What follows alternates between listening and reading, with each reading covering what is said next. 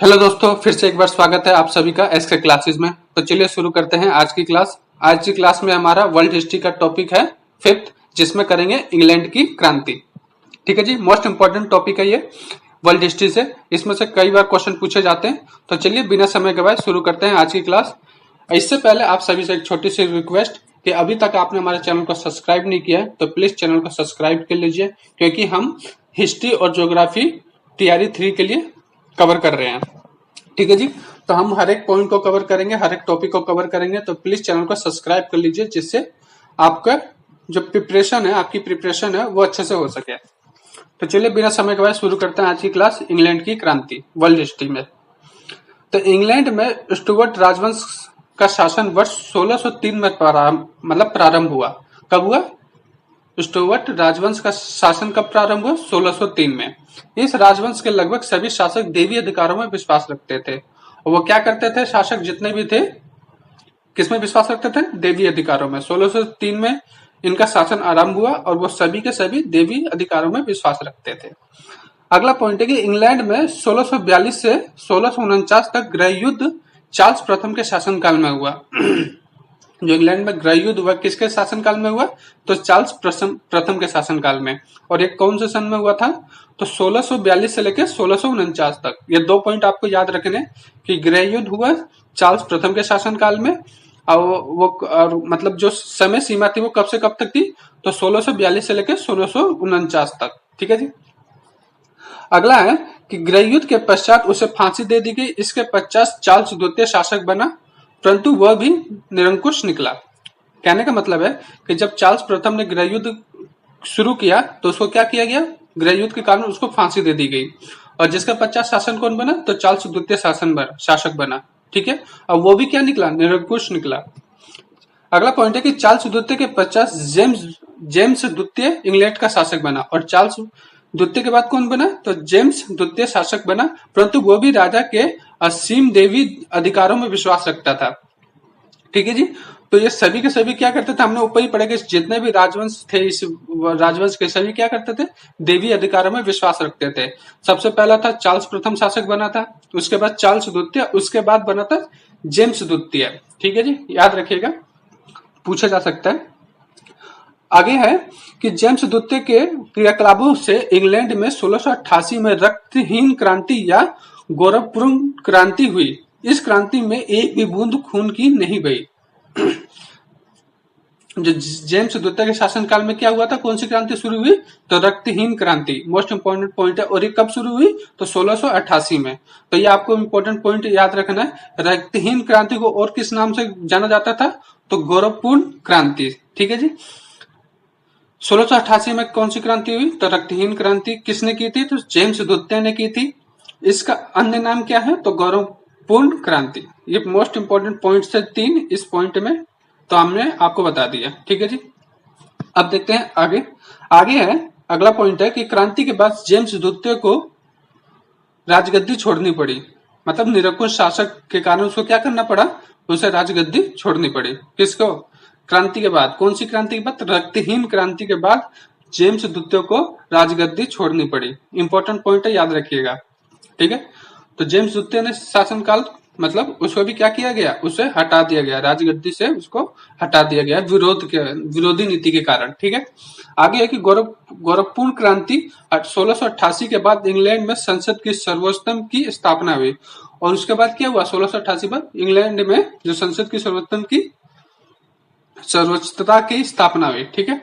आगे क्रांति के बाद 1689 में ब्रिटेन की संसद तत्कालीन सम्राट जॉन विलियम से एक बिल ऑफ राइट्स पर हस्ताक्षर कराने में सफल रही। और उस क्रांति के बाद क्या हुआ? जो संसद थी उन्होंने क्या किया? उन्होंने जॉन विलियम से किस पे साइन कराया? तो बिल ऑफ राइट्स। ये याद रखिएगा, पूछा जा सकता है कि रक्तहीन क्रांति के बाद जॉन विल ने किस पे साइन किया था। तो आपका क्वेश्चन बनेगा, तो इसका सही उत्तर क्या हो जाएगा? बिल ऑफ राइट्स पे हस्ताक्षर लिए गए थे। ठीक है जी। और ये कब हुआ था? तो क्रांति के बाद। क्रांति कब हुई? तो 1688 में, और उसके बाद अगला सन 1689 में ये साइन लिया गया था। ठीक है। तो ये सारे इंपॉर्टेंट पॉइंट्स है जो आपसे हम डिस्कस कर रहे हैं। ये एग्जाम के लिए मोस्ट इंपॉर्टेंट है, बीपीएससी तैयारी 3 के लिए। आगे देखते हैं।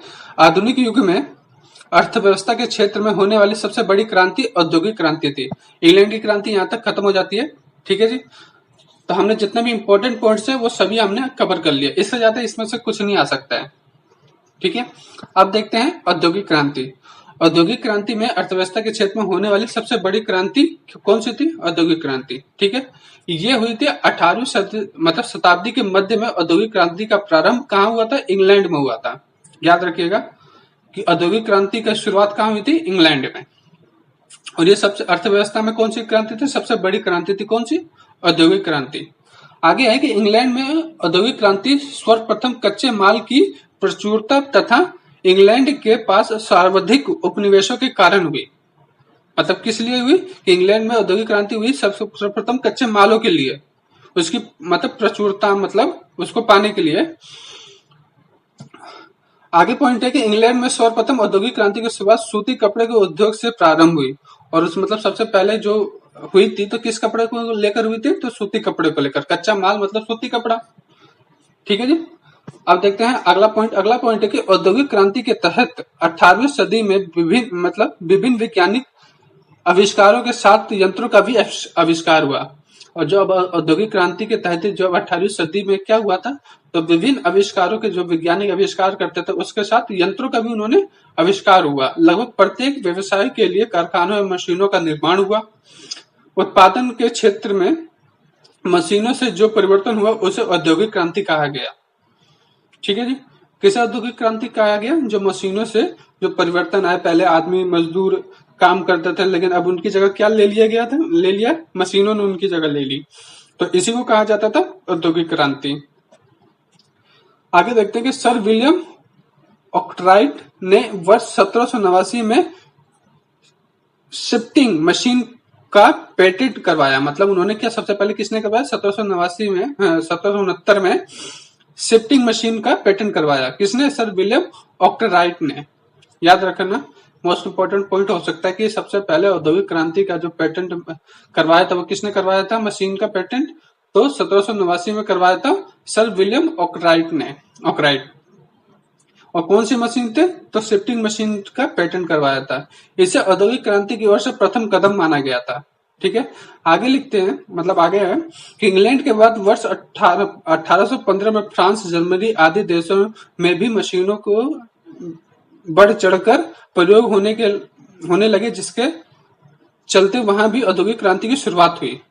मतलब इंग्लैंड के बाद जो 1815 में फ्रांस, जर्मनी आदि देशों ने भी मशीनों को बढ़ चढ़कर प्रयोग करने में भाग लिया और इसी को आधुनिक क्रांति की शुरुआत हुई। यहीं से आधुनिक क्रांति क्या होगी? शुरुआत होगी। एशिया में सर्वप्रथम जापान जैसे छोटे से राष्ट्र में आधुनिक उद्योगों का विकास हुआ। और छोटे से राज्य जो जापान था उसमें क्या हुआ? एशिया का छोटा सा जो देश है जापान, उसमें भी आधुनिक उद्योगों का विकास हो गया। ठीक है, आगे है, यहां तक आपकी औद्योगिक क्रांति के इंपॉर्टेंट जो भी पॉइंट्स थे वो खत्म होते हैं। अब देखते हैं अमेरिका की स्वतंत्रता क्रांति संग्राम, मतलब जो कह सकते हैं। तो अमेरिका क्रांति मतलब स्वतंत्रता संग्राम का तत्कालीन कारण क्या था? Western T party. मतलब प्रमुख कारण क्या था अमेरिका की स्वतंत्रता क्रांति का, मतलब स्वतंत्रता संग्राम का? वो था वेस्टर्न टी पार्टी। 16 दिसंबर 1773 को ईस्ट इंडिया कंपनी के चाय से लदे जहाज से चाय की 340 बोरियों को क्या किया गया? समुद्र में फेंक दिया गया। इस घटना को ही वेस्टर्न टी के नाम से जाना जाता है। और ये कहां पे किया गया था? तो बोस्टन बंदरगाह पे। ठीक है जी, तो जो अमेरिका की स्वतंत्रता संग्राम थी उसका मुख्य कारण क्या था? तो वेस्टर्न टी पार्टी था। और ये घटना कब की थी? तो इस घटना में हुआ था कि 16 दिसंबर 1773 को ईस्ट इंडिया कंपनी ने चाय से लदे जो जहाज थे उसको क्या किया गया? 340 बोरियों को समुद्र में फेंक दिया गया। इस घटना को ही क्या कहा जाता है? वेस्टर्न टी पार्टी के नाम से जाना जाता है।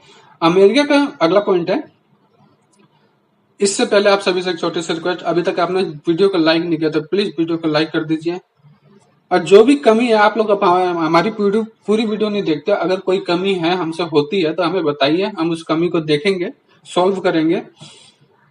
जो भी आप सभी को प्रॉब्लम आ रही है हमें बता सकते हैं कमेंट्स करके, हम उसको देखेंगे, आपकी प्रॉब्लम का सॉल्यूशन देंगे। आप हमारी वीडियो नहीं देखते हो पूरी पूरी देखिए, आपको इससे जरूर फायदा होगा, 100% फायदा होगा। ठीक है जी। तो चलिए, अभी तक आपने चैनल को सब्सक्राइब नहीं किया तो प्लीज चैनल को सब्सक्राइब करिए और वीडियो को पूरा देखिए।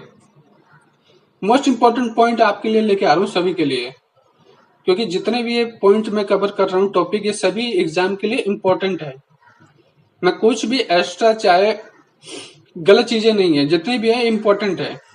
ठीक है, तो चलिए देखते हैं आगे। अमेरिका का प्रसिद्ध स्वतंत्रता का घोषणा पत्र 4 जुलाई 1776 को लिखकर तैयार हुआ। मतलब जो अमेरिका का जो स्वतंत्रता, मतलब अमेरिका का स्वतंत्रता का घोषणा पत्र था वो कब तैयार हुआ? तो 4 जुलाई 1776 को लिखकर तैयार हुआ। इसके लेखक कौन थे? तो इसके लेखक थे थॉमस जेफरसन। कौन थे? Thomas Jefferson. थॉमस जेफरसन, ठीक है, इसके लेखक थे थॉमस जेफरसन। आगे देखते हैं कि जुलाई 1776 में ही फिलाडेल्फिया में उपनिवेशवादियों ने की बैठक हुई और जिसमें क्या लिया गया?